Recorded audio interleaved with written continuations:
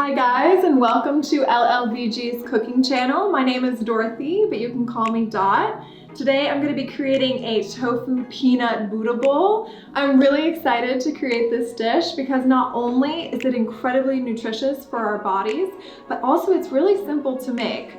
Okay, let's get started.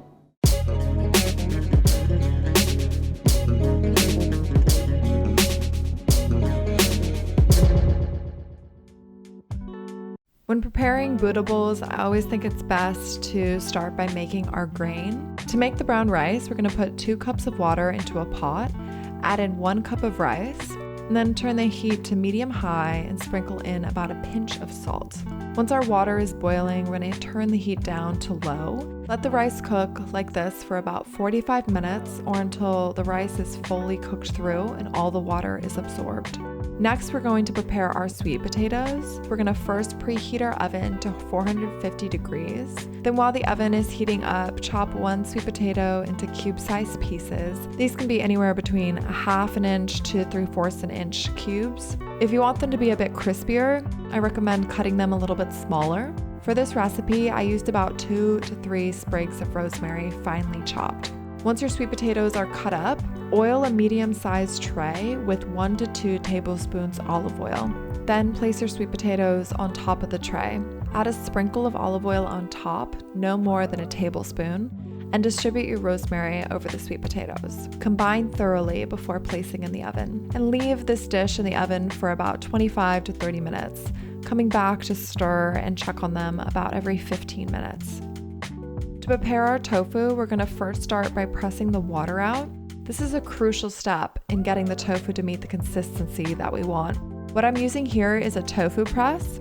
If you don't have a tofu press, don't worry. Wrap your tofu in a towel and then place a heavy weighted object on top of it. While our tofu is pressing, we're going to cut up our garlic. I'm mincing about 3 cloves. We're going to be using 1 clove for the tofu portion, but we'll be using the rest for our broccoli and then sauce portion of this Buddha bowl.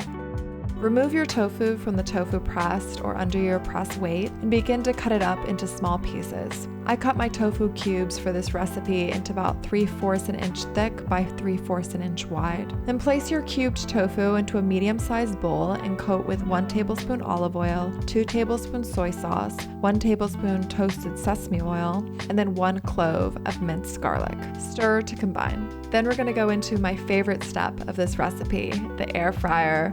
If you do not have an air fryer, I highly recommend investing in one. It has changed all my recipes for the better. We're going to be placing our coated tofu in the air fryer for about 15 to 20 minutes. It's important to come back every 5 minutes to shake your tofu and then take your tofu out when it's crunchy on the outside. Moving on to our broccoli portion. Here you can see that I'm cutting my broccoli up into bite-sized pieces. I used about 2 heads of broccoli for this dish.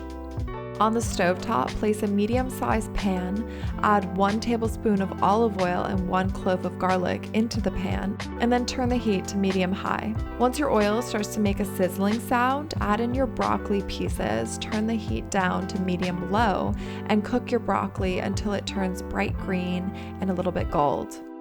Now for our raw prep. For this dish, we're going to be incorporating raw carrots, raw tomatoes, and raw cabbage. For all these raw items, I cut them finely into bite-sized pieces. I love using raw elements in my Buddha bowls because of the crunch that it adds to my bowls. Then once we're done with our raw prep, we're going to start on the final step, which is the sauce. The sauce for this bowl is going to be a peanut sauce, as I'm sure you gathered from the title. In the food processor, I'm adding 1/4 cup peanut butter, 1/2 lemon, 1 teaspoon maple syrup, 1 clove of garlic, 1/2 teaspoon soy sauce, and 2 tablespoons water. And then I'm combining until it is creamy. And now you're ready to assemble. I love to garnish all my Buddha bowls. For this specific bowl, I use cilantro and peanuts as my garnish. Buddha bowls are an excellent way to provide your body with all the nutrients that it needs in just one dish. They can be changed every time you make them just by using a different grain as the base, a different vegetable, protein, or even just changing up the sauce. If you're here because you're interested in providing your body with more healthy meals, click the link in the description box below to get access to my free 2-week meal plan designed for plant-based living. It includes a multitude of Buddha bowl options that are so much fun to make. Thank you for watching, and I will see you next time.